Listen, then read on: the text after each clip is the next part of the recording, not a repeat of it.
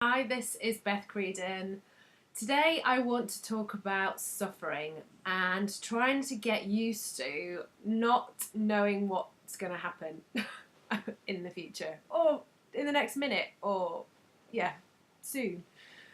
I am moving myself and my family, including my dog and my business, to another country. We leave in 6 weeks, 5.5 weeks, and it's been such an exercise in not getting hung up on getting it perfectly right, not stressing about knowing exactly what's going to happen. It's such a lesson in surrender for me. I'm finding it really fascinating. I wanted to share it with you.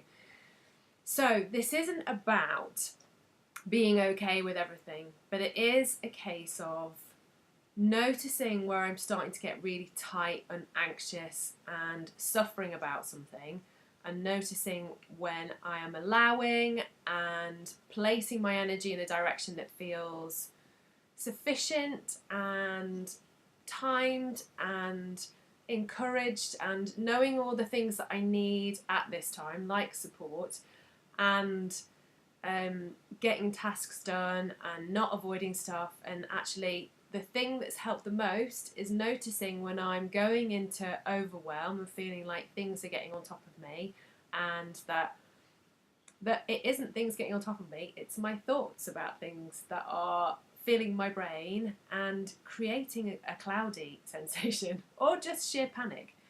So, since I've been planning this move, we went out to Italy in October and found somewhere that we really, really wanted to be. Of course, there were doubts that crept in straight away. There was an earthquake the day after we arrived home, and I was like, what are we doing? But it was like sufficiently far away to not be affecting the area that we're moving to, and we decided it was time, that there would always be conditions, nothing would make it absolutely perfect. So I wanted to share with you today something that I've been doing that's been really helping me go through this period of big change and upheaval and not quite knowing the answer to every question. So, financially, it's cost a lot more money than we thought it was going to. It means that it's going to take us to the end of our savings. And I decided that was a bad thing. I was like, okay, that is not what we want to be. We want to make sure that we've got a buffer, that we have, X amount of money in the bank that will kind of keep us safe. And actually, what I've been noticing, I've been reading some really lovely books recently about allowing. Gabby Bernstein's book, The Universe Has Got Your Back, is brilliant for this. And also, I've been listening to Manifesting Your Destiny through Dr. Wayne Dyer as an Audible. And actually, just sitting and meditating and allowing, placing my intention in an area of abundance and adventure and feeling secure, and just kind of noticing that I want those sensations, actually not getting fixed on how and when I'm going to experience that. So just being like, okay, my intention is I want to feel adventure, abundance, and not scared, and allowing.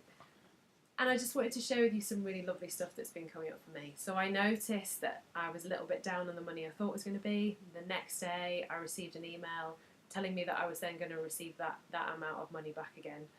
So just little nice coincidences like this have just really helped me go, okay, I don't know how this is going to happen, all of it, but it's fine. A very dear friend of ours has offered free storage for our stuff, which I'm eternally grateful for. So that's taken a wedge off our budget, which has been amazing.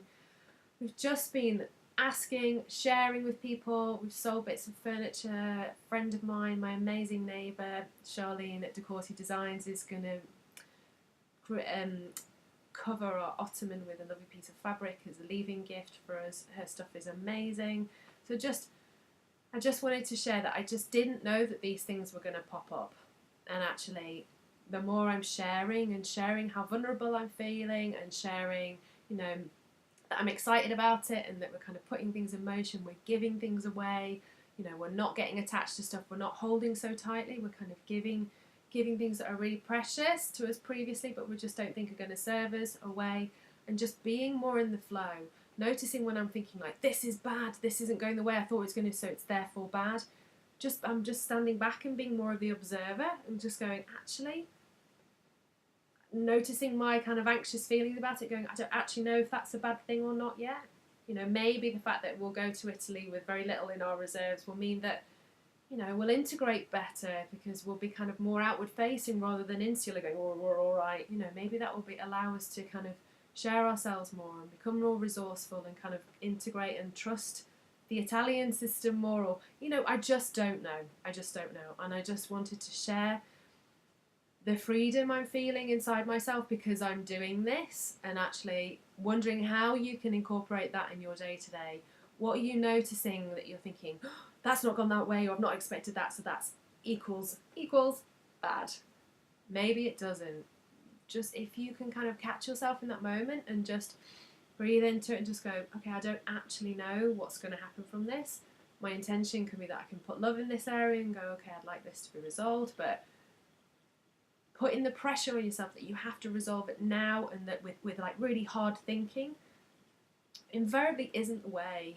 You know, you can sit back and go, okay, I would like to have the outcome be ease or more love or certainty, but actually getting really hung up on that you can only do it in a way that you've thought through really, really intensely and you've worked hard to get it, will just perpetuate this kind of concept that you'll only have success if you push hard.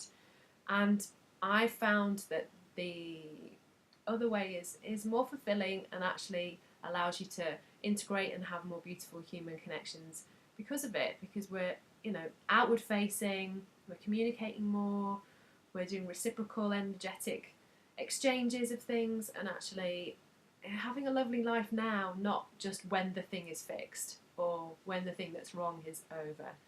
So I hope this has resonated with you in some way today, and that you can take this with you in your day and just suffer less when things don't go quite the way you want to, but just keep setting your intention for the loveliness and the inspiration that you want and the peace of mind or the security or the connection or the purpose, and just keep your eyes open and keep sharing yourself, and have an amazing day.